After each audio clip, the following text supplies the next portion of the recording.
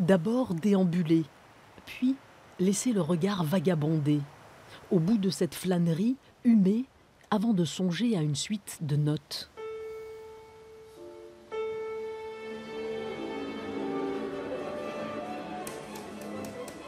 Poudrée, nacrée, cette rose flatte l'œil, mais c'est un trompe-nez.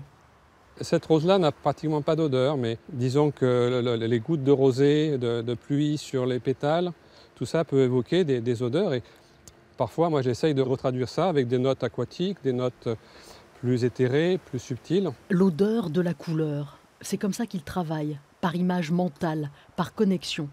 De souvenirs en voyage, Michel Roudnitska s'est construit une bibliothèque d'émotions, une bible olfactive. C'est ici, près de Grasse, que tout a commencé, dans ce jardin où il est presque né. 1947, son père, Edmond Roudnitska, choisit de s'installer sur ce sol caillouteux, aspéracède. Un terrain nu, accidenté. Roudnitska père a tout planté. Plus tard, son fils l'a aidé. Vous avez là un érable japonais, derrière il y a un mimosa qui n'a jamais gelé, contrairement à tous les autres, qui poussent en plus dans le calcaire, ce qui est absolument incroyable. Un jardin des miracles, berceau de bien des parfums de la famille. Ce parterre de muguet a inspiré au père l'un des plus grands succès en parfumerie. Ce que la nature inspire, il faut d'abord parvenir à le traduire en formules chimiques. Avec un coup d'œil rapide, en voyant les notes essentielles, j'ai déjà l'image mentale, l'image olfactive de la composition. De même qu'un musicien, quand il voit une partition, il entend sa musique. Notes de tête, notes de cœur, notes de fond. Le dosage est délicat. Donc je sens la première. L'accord parfait s'obtient les yeux fermés.